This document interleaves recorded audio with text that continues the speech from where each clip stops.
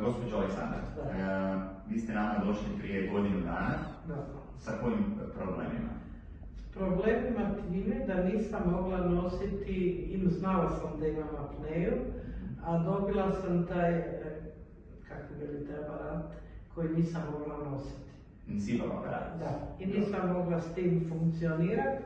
I onda sam gledala Dimaka i drugo i vidjela to u novinama vas, pa sam zato došla. A jeste koje ste probleme imali? Zašto ste uopće išli da koristite neku terapiju? Ste imali probleme sa snom, umorom, hrkanjem? Koji su bili vaši problemi? Probleme sam imala s tim velikim hrkanjem. Ja sam se znala probuditi samo sebe kad sam čula kak hrčem. Bila sam toliko umorna kad sam se znala sjest negdje u tramvaju, a kako sam malo zaspati, mislim. Tako da mi to nije odgovaralo.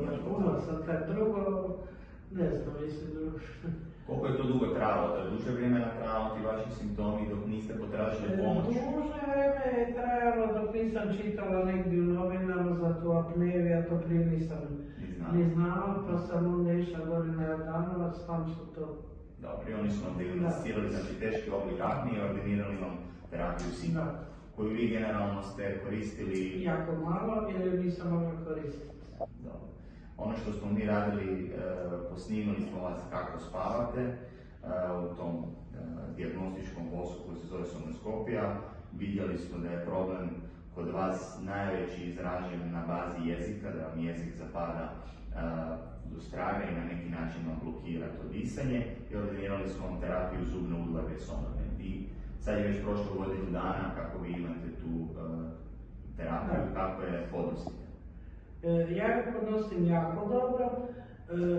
Oni koji me slušaju, ja ne znam kad spavam, vele da hrčem još uvijek, ali ne više tak.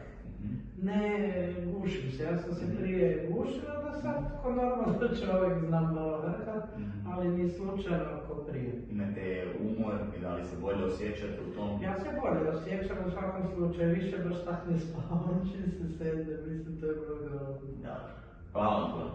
Nema na čemu.